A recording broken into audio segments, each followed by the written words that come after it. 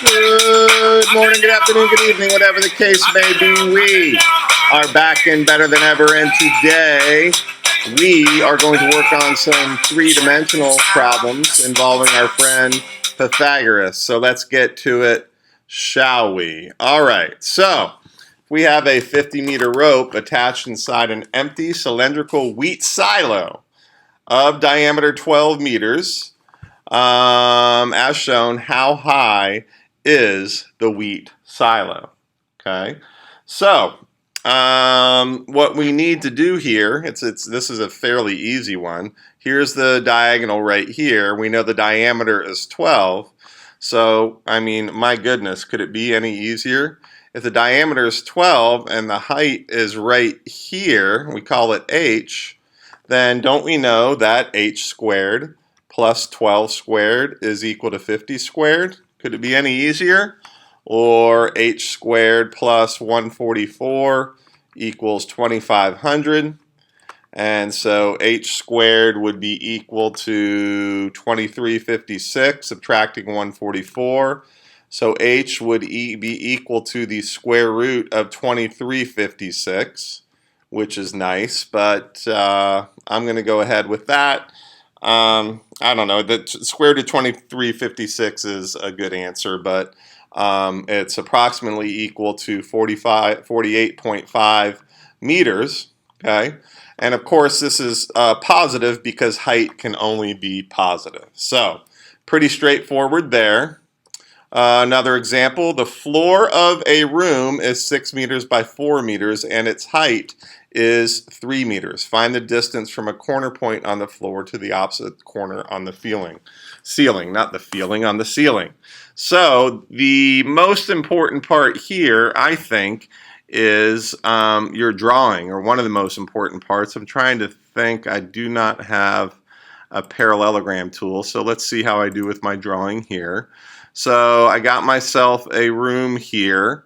Let's see, we'll do, oops, nope, I don't want to do that. I don't want an arrow, I just want a regular thing. Okay, so I'm going to draw the floor first, like that, and the rest of the dealios are going to be hidden. So I'm going to draw my room as best I can. Here's the side of the room. That's a little crooked. What are you going to do? Then I'll go down, baby, are you down, down, down. Then I'll go this way, I'll go this way, and now I'm going to draw my hidden lines, so I'm going to make them dashed. I'm not sure how this will come out. We'll use dots, and let's see, like there. Not so bad, man. I am a bad man. And then we'll go here all the way to here. Okay. So what do we know? 6 meters by 4 meters. So we'll say that this is 6 and this is 4. And what else do we know? Its height is 3. So we'll label this as 3. Find the distance from a corner point on the floor to the opposite corner point on the ceiling. So that, I'll make that in pink. We'll go back to a solid line here. That could be this distance, or is this distance right here. Okay, so we'll just call that X for now. Okay, and if you look, if I also draw this along the floor here, right? If I draw that, then I certainly have a right angle because we're assuming that the room is rectangular. I already have 3, and if I could find y, then I could solve this easily because y squared plus 3 squared equals x squared. But I can find y pretty easily because if you look at the bottom of the floor, I have a right triangle as well right here. I don't know if you can see it. I'm trying to write the right angle symbol. And so I have the right triangle for 6y. Let me just show you that up here. Maybe that'll help. Here's my 4, here's my 6, and here's my y. And so I know that y squared is equal to 6 squared plus 4 squared. Y squared equals 36 plus 16. So y is equal to what's that going to be equal to? 36 plus 16 is equal to 36, 46. I'm having a brain cramp, 52. So y is equal, or y squared equals 52. So that means y equals root 52. And I'm going to leave it like that because I want to get an exact answer for x, so I'm not going to round that at all. So now I also know that x squared is equal to y squared plus 3 squared because of this triangle right here. Yes, x along x here, y, and then the height z. So x squared is equal to root 52 squared plus 9. So x squared is equal to 52 plus 9. So x squared is equal to 61. So the length is the square root of 61 meters, which is approximately equal to 7.81 meters. Easy peasy. All right, one final example and I'll get out of your hair. A pyramid of height 40 has a square base with edges 50 meters. Determine the length of the slant edges. Again, drawing, very, very important. Okay. So I'm going to start off with the front of my square. And drawing three-dimensional, you always want to kind of draw like that. And I'm going to put a pink point up here. This is always good. I always start with the front and right sides. And then I kind of guesstimate where I want the vertex of my pyramid to be. And then I just go from there. And I keep all of my corners that I can see, right? Or my edges that I can see. Okay, and then I put in the hidden edges using dotted lines here. So that's going to be here, parallel to the right side, about there. Then I'll go over to this corner. And then sometimes this is a tough one because it's in the back. But that turned out pretty well. Okay, so we know that the height, and I'm going to use a blue line here to draw the height. The pyramid has a height of 40 meters. So I'm just going to drop that from the center. Oops, I don't want that. Let's make it solid. Now this is going to cover up this dotted back line, but that's all right. I can tilt it a little bit and just go to the imaginary center of the pyramid. And that's at a right angle because it's height, and I know that that is 40.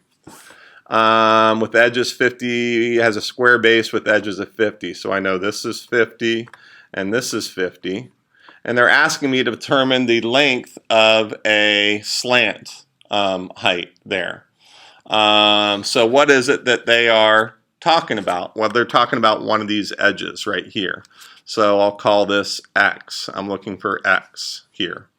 Okay. Well, I know that, let's see.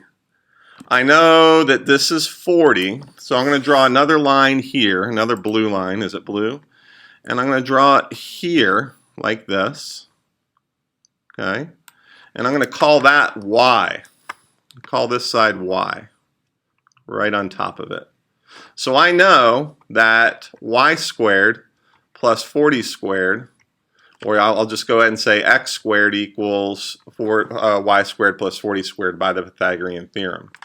Now take a look here, boys and girls. The reason I did that is I know this is 50. I know this is the center of the pyramid, and I'm going to draw another line from the center to this other vertex. Okay? And what I know about that length is that from here to here is y, from here to here is also, oops, let me undo that. From here to here is also y. Okay, so I've labeled these, yes, and now I'm going to redraw it as neatly as I can. So I'm going to draw this edge, I'm going to draw it right here. And then I'm going to draw the blue edges or sides of the triangle, I guess I should say, as best I can here and here, and label them accordingly. So I know that this is 50, and this is y, and this is y. But I also know that this is a right angle. How do I know that? Well, because these are, the bottom of this pyramid is a square, and I didn't draw it quite accurately enough, but if it was a perfect square and my drawing was perfectly accurate, I could draw the diagonal from here to here, right? Just bear with me. And then from here to here, and they intersect in the center, and they also intersect at right angles. We know that about the properties of a square. So lo and behold, I know that y squared plus y squared is equal to 50 squared. So 2y squared is equal to 2500. Y squared is equal to, what's that going to be, 1225? No, 1225. 1250. So that means y is equal to root 1250. And I'm substituting that back in here to find the length of the slant edge of the pyramid. So I'm just going to leave it like that. X squared equals root 1250 squared plus 40 squared. X squared equals then 1250 plus 1600. So x squared is going to be 2850, which means that x is equal to root 2850, which is approximately equal to 53.4. So the slant edge is about 53.4 meters long. All right, hope you enjoyed it. I know I did. With that, I am going to say that I am out!